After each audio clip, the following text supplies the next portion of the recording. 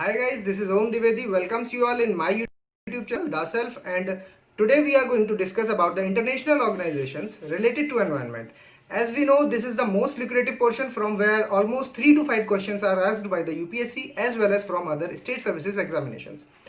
First of all, let's out the flow chart so that we can avoid all confusions which generally comes in our mind that which organizations comes from which head. So first one is natural conservation, under which we will see UNCED 1992, under which Agenda 21, Rio Plus 5 1997, Johannesburg Summit 2002, Rio Plus 20 2012. Then we will discuss Convention on Biodiversity, under which Cartagena Protocol on Biosafety 2003, Nagoya Protocol 2010, Aichi Targets 2011 to 20. Ramsar Convention on Wetlands, Sites, Traffic, CMS, CAWT, that is Coalition Against the Wildlife Trafficking, ITTO, the International Tropical Timber Organization, UNFF, United Nations Forum on Forest, IUCN, International Union for Conservation of Nature and Natural Resources, GTF, the Global Tiger Forum. Then the second head is hazardous material, in which we will discuss about the Cartagena Protocol on Biosafety, Stockholm Convention on POPs, Rotterdam Convention on PIC, Basel Convention on Transboundary Movement. Another head is marine, in which the International Whaling Commission and the UNCLOS.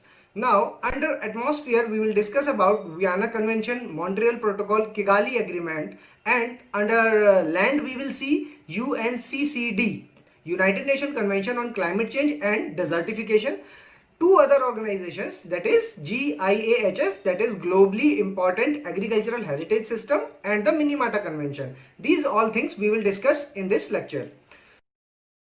So now let us discuss the main points about the Rio Earth Summit, which is known by the name of United Nations Convention on Environment and Development, that is UNCED, which was held at Rio de Janeiro in 1992, in which mainly 4 issues related to the natural conservation were discussed. The first one is scrutiny of patterns of production of toxic component, means all the toxic components needs to be scrutinized at the regular basis. Second, they had discussed about the alternative source of energy so that the use of fossil fuels can be replaced.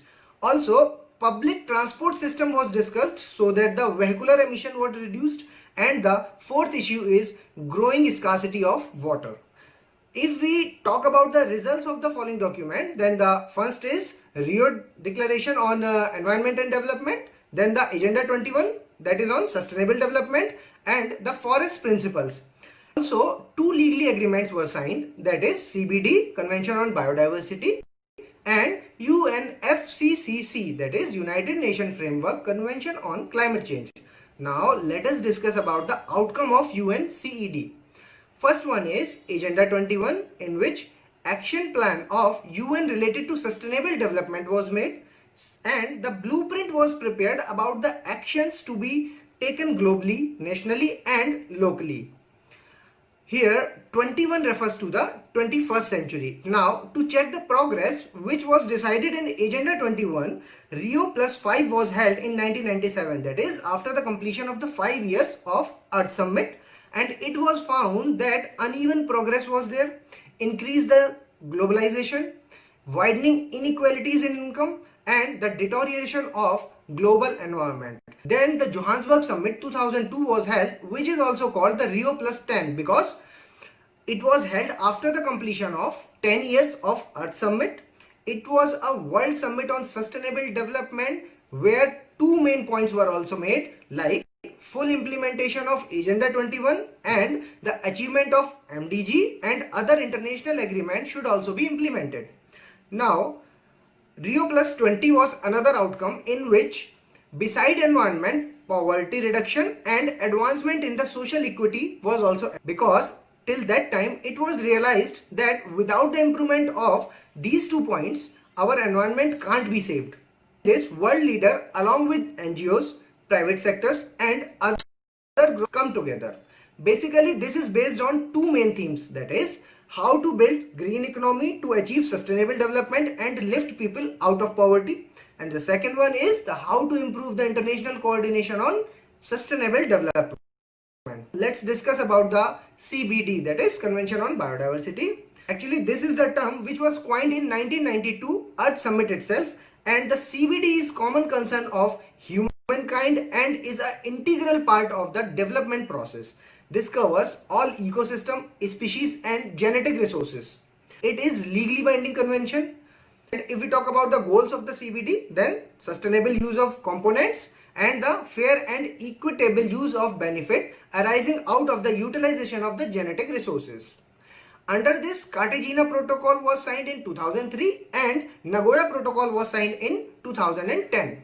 Now, the Cartagena Protocol on Biosafety 2003 has twin aspects. Number one, access to transfer of technology, means if any new technology was discovered by any country, then that country will share that technology with other member country.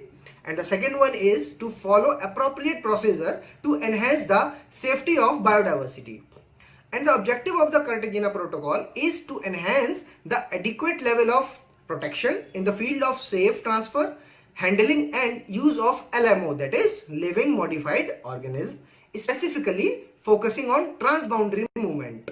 Now the Nagoya Protocol 2010, which is a supplementary agreement to CBD, in which the fair and equitable sharing of benefits arising from the utilization of CBD was there.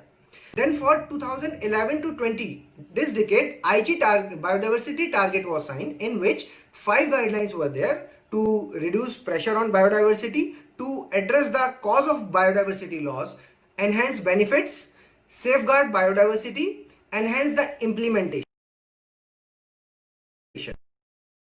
Friends, we will continue our flowchart in upcoming videos. Till then, please share the video and subscribe my channel. Thank you so much for your support.